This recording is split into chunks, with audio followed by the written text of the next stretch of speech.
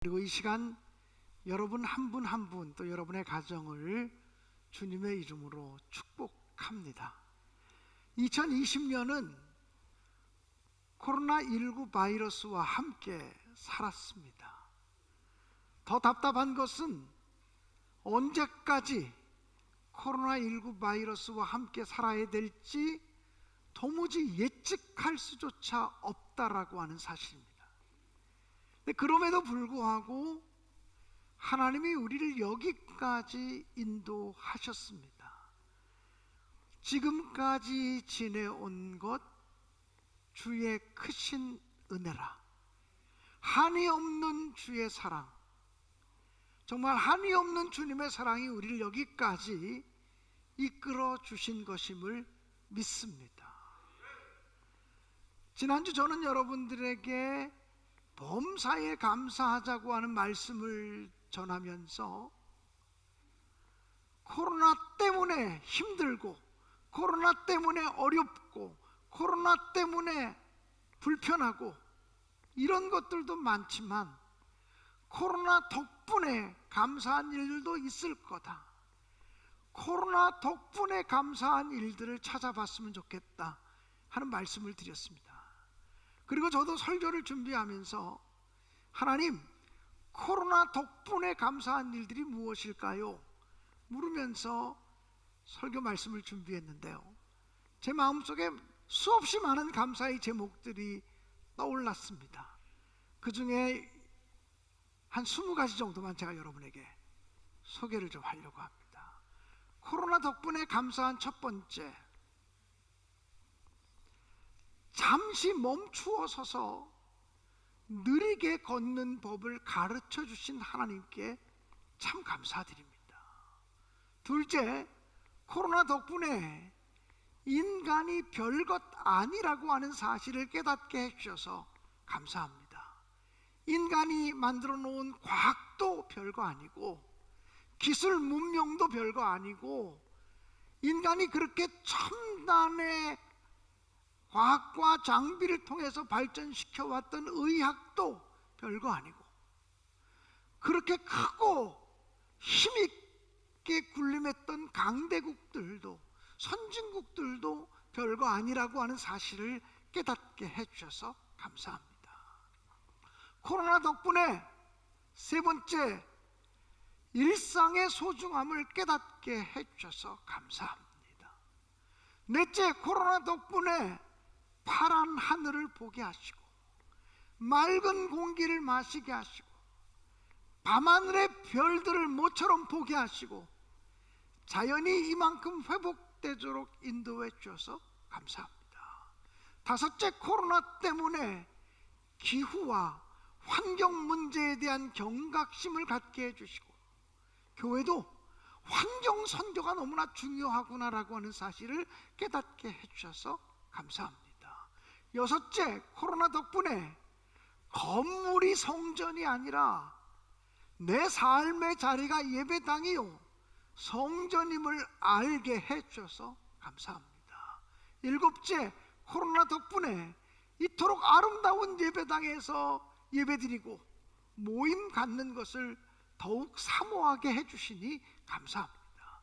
여덟째, 코로나 덕분에 성가대의 찬양과 함께 예배드림이 얼마나 놀라운 축복인지 깨닫게 해주셔서 감사합니다. 아홉째, 코로나 덕분에 소그룹으로 모여서 속회 예배를 드리는 것이 행복이라고 하는 사실을 깨닫게 해주셔서 감사합니다. 열 번째, 코로나 덕분에 예배 후에 함께 식탁 교제를 나누는 것이 얼마나 큰 행복인 줄을 깨닫게 해주셔서 감사합니다.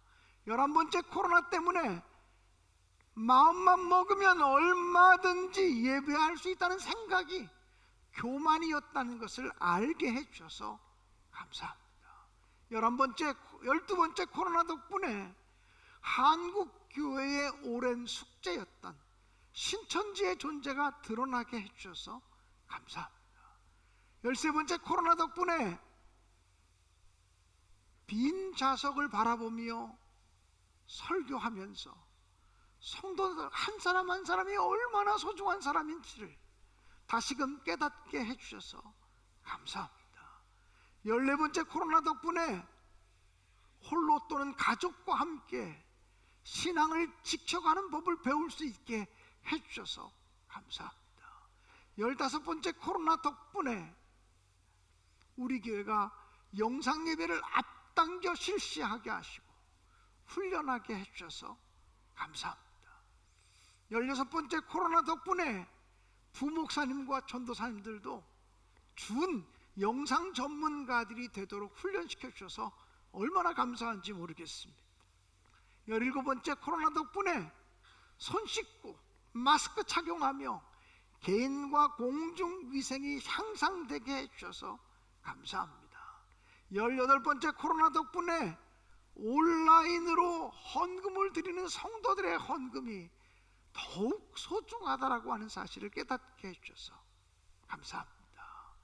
19번째 코로나 덕분에 우리 대한민국이 정말 위대한 나라임을 온 천하에 드러내게 해주셔서 감사합니다. 20번째 코로나 때문에 우리를 지키시는 하나님을 더욱더 신뢰하게 해주셔서 감사합니다. 제가 어저께 이거 20가지요 5분도 안 돼서 적었어요. 저보고 한 100가지 적으라도 금방 적을 수 있겠더라고요. 코로나 덕분에 감사한 것만 찾아도 추수감사절날 감사할 게 넘치는구나, 이런 생각을 했습니다. 사랑하는 성도 여러분,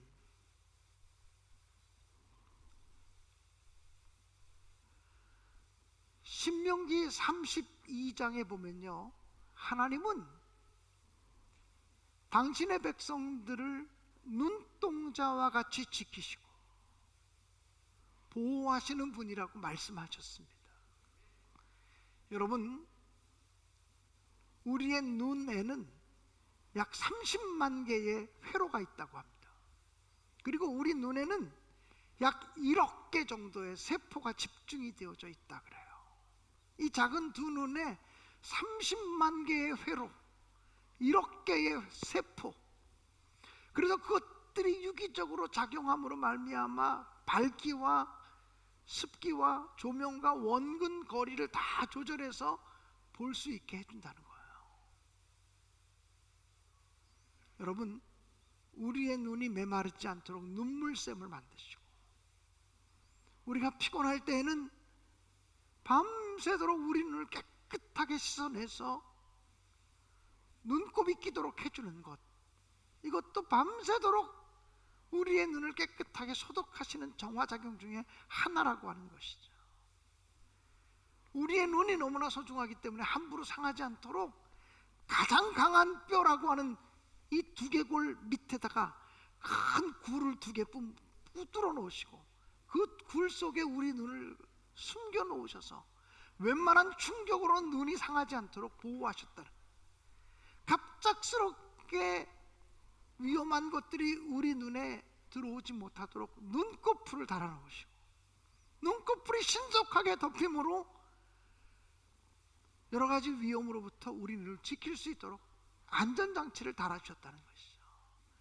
빗물이나 먼지가 우리 눈에 들어가지 못하도록 위에 안전장치 하나 해놓으시고 또 아래 안전장치 하나 해놓으셔서 다 필터로 걸러내도록 만들어 놓으셨다는 거예요. 이 눈썹과 눈꺼풀은 화장하라고 만들어 놓은 지점이 아닙니다. 하나님께서 우리를 건강하게 지키시기 위해서 만들어 놓은 매우 안전한 안전장치라고 하는 사실이죠. 그러므로 하나님이 당신의 백성들을 눈동자와 같이 지키신다라고 하는 것은 안전하게, 철저하게, 그리고 조심스럽게, 그리고 신속하게 지키신다는 의미입니다. 우리가 빠른 시간을 얘기할 때 눈 깜빡할 새라고 말하잖아요. 눈 깜빡할 새에 우리 눈이 상하지 않도록 지키시고 보호하신다는 말입니다. 사랑하는 여러분, 금년 한 해도 하나님께서 눈동자와 같이 여러분을 철저하게, 안전하게, 그리고 조심스럽게, 그리고 신속하게 도우셔서 여기까지 인도해 주신 줄로 믿고 감사를 드립시다. 신명기 32장에 보면 하나님은 그렇게 눈동자와 같이 우리를 보호하시는 분이시지만 때를 따라서는 어미 독수리가 새끼 독수리들을 훈련하듯이 다루시는 분이라고 하는 사실도 또한 말씀하고 있습니다.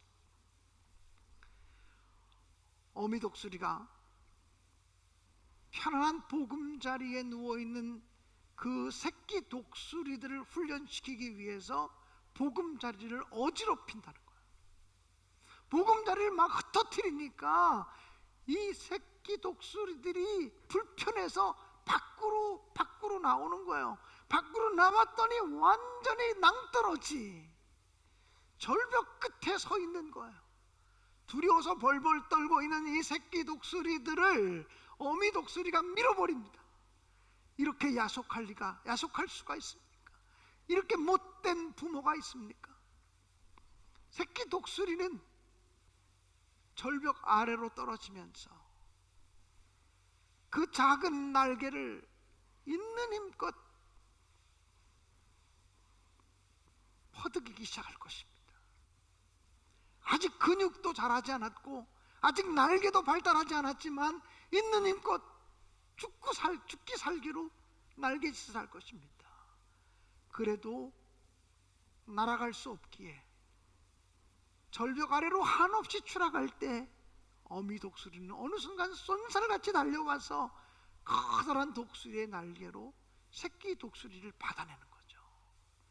아, 살았구나 이렇게 느끼는 순간 다시금 올라가서 절벽 위에 세우고 벼랑 끝에 세워서 또 밀어내는 것이 어미 독수리의 사랑이라는 것이죠. 죽어라 날개짓을 하고 죽어라 소리 지르면서 밑으로 떨어질 때 또 어미 독수리가 쏜살같이 달려와서 날개를 펴서 새끼 독수리를 업어냅니다. 하나님은 이렇게 우리를 인도하시는 분이라는 거예요. 어떤 때 우리를 절벽 가운데 세우실 때가 있습니다. 낭떠러지에 세우셔서 하나님 왜 이러십니까? 하나님 도대체 왜 이러시는 거예요? 왜 나한테 이렇게 혹독하고 가혹하게 대하시는 거예요? 하나님 우리 가정에 왜 이런 일이 있어야만 합니까? 왜 우리 가정에 이렇게 고난이 찾아와야만 합니까? 이렇게 하나님께 항의하고 싶은 그런 순간까지 우리를 몰아가시는 분이 하나님이라는 거예요. 여러분, 어미 독수리가 왜 새끼 독수리를 그렇게 훈련합니까? 새 중에 왕으로 세우기 위해서 그래요. 하나님이 왜 우리를 절벽으로 이끄시고 벼랑 끝으로 이끌어 세우는 것일까요?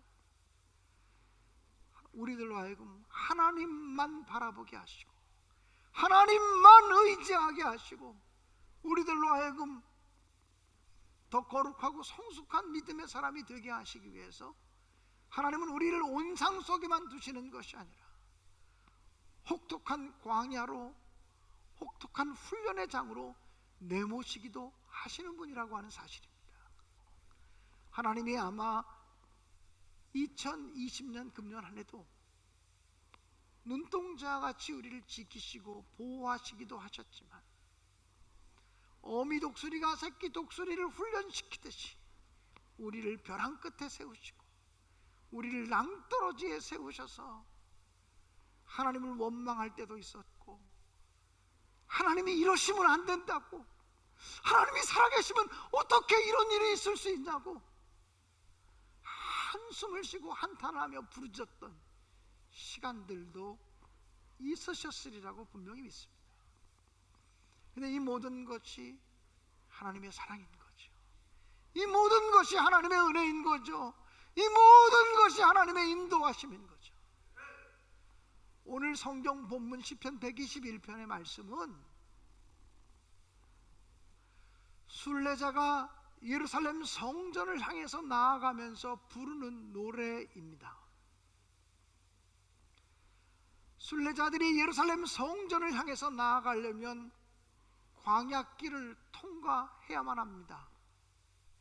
그들은 이 광야길을 통과하면서 사나운 맹수들의 위험을 겪어야만 합니다. 이 광야길을 통과하면서 낮에는 뜨거운 햇빛 때문에 고통스러운 시간을 보내야만 합니다. 밤에는 일교차가 너무나 커서 달빛이 비치는 스산함과 함께 뼛속까지 파고드는 추위를 느끼며 살아야만 합니다.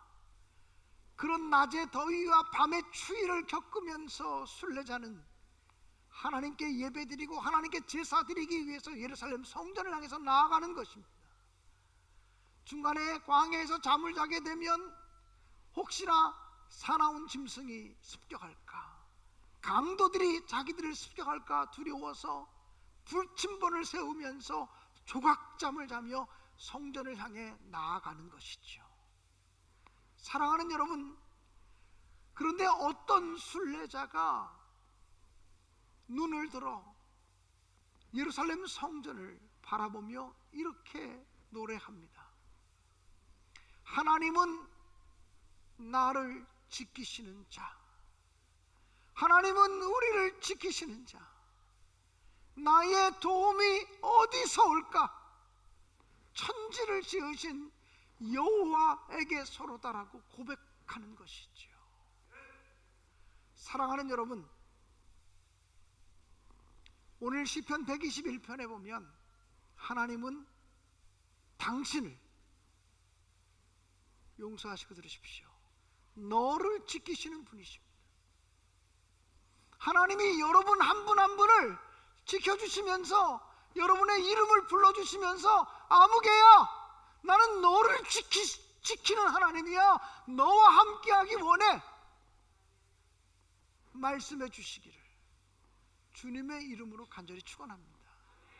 다른 사람의 하나님이 아니라 바로 나의 하나님, 너를 지키시는 분, 나를 인도하시는 분으로 하나님이 느껴지고 체험되어지고 고백되어지기를 주님의 이름으로 간절히 축원합니다.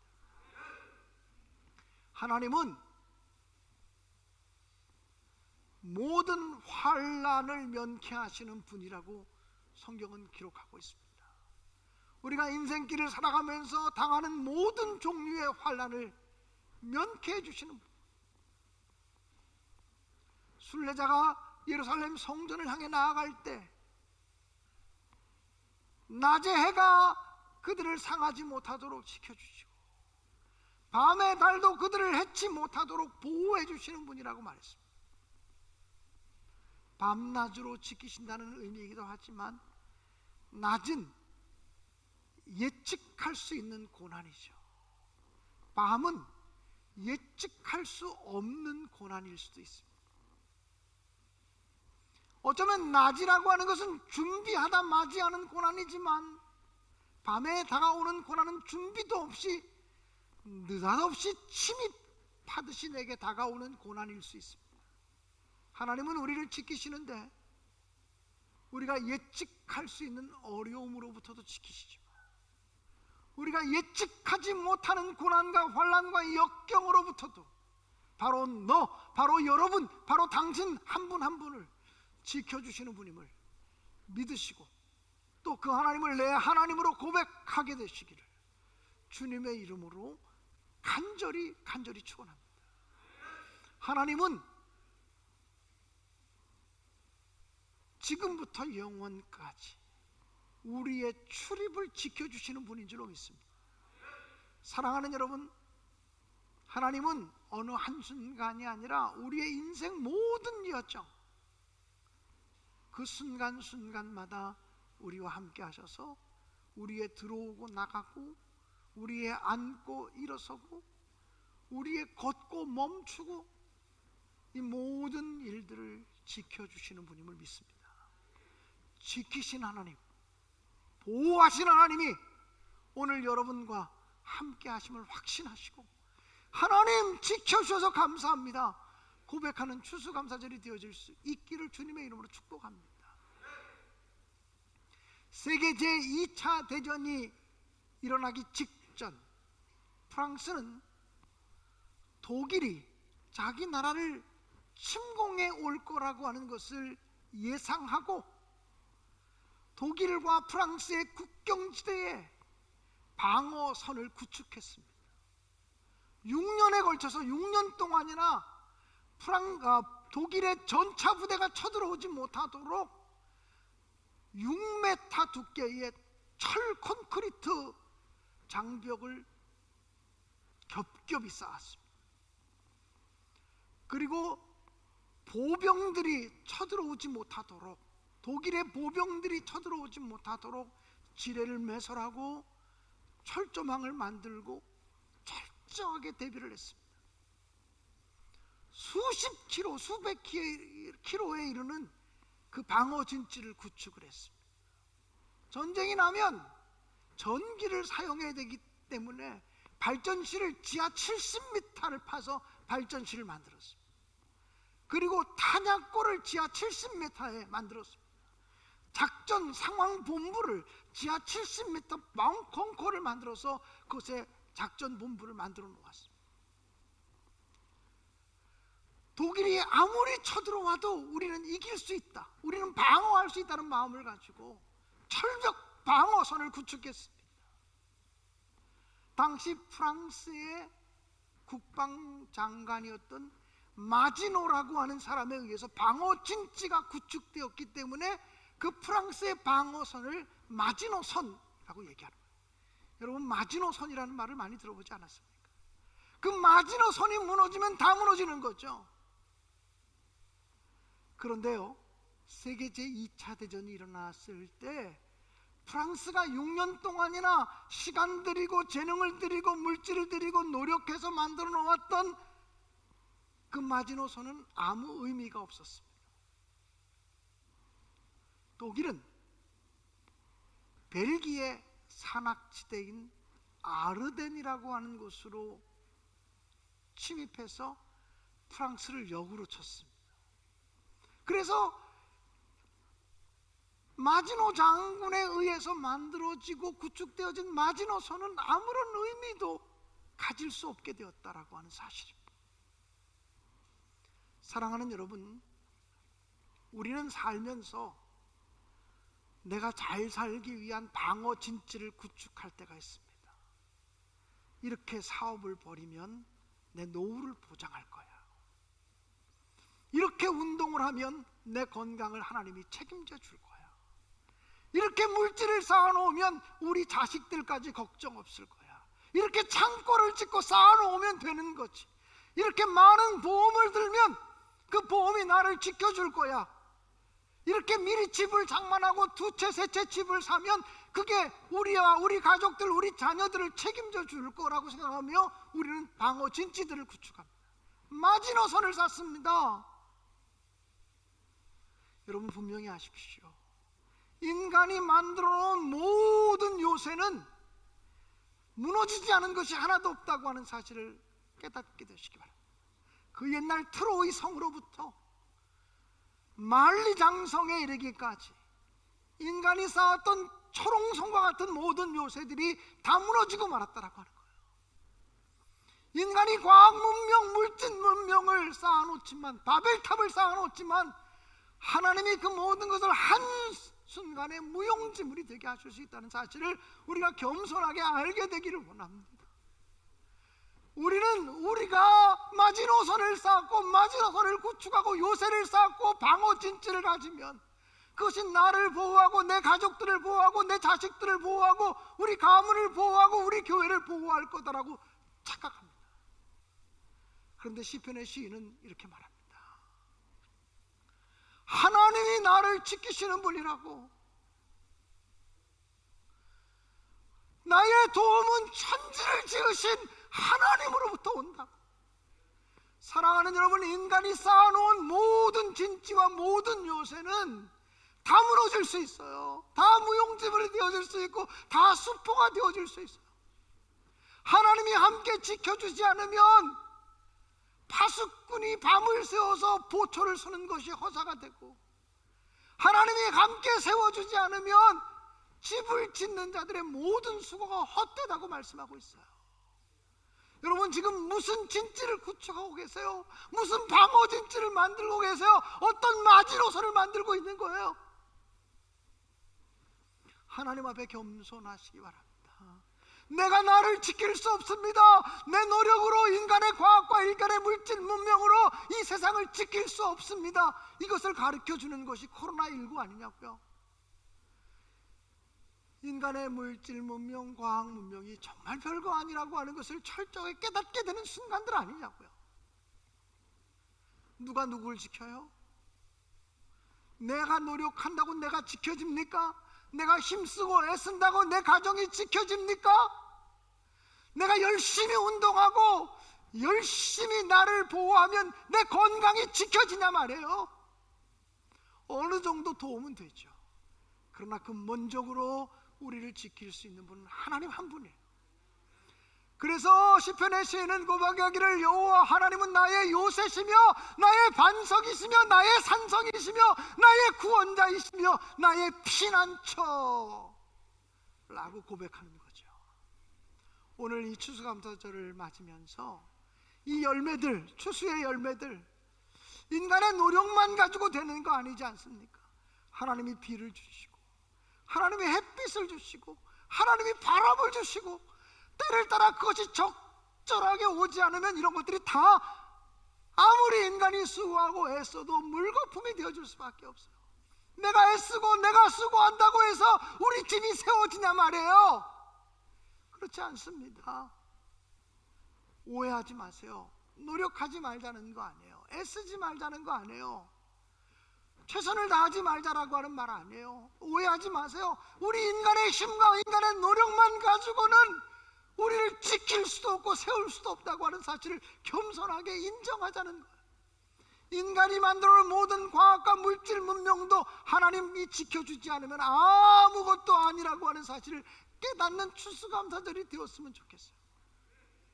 원하기는 하나님께서 여러분의 마지노선이 되어지기를 간절히 축원합니다. 하나님의 은혜가 여러분의 마지노선이 되어지고 하나님의 사랑이 여러분을 지키는 마지노선이 되어질 수 있기를 간절히 바랍니다. 그래서 하나님이 지켜주신다고 하는 믿음을 가지고 오늘 감사함으로 추수감사절을 맞이하고, 그래서 내게 베풀어 주신 은혜를 감사하고, 그럼에도 불구하고 감사하고, 그러니까 감사하고 감사뿐이라고 고백하는 이 한 날이 되어지기를 주님의 이름으로 축원합니다. 사랑하는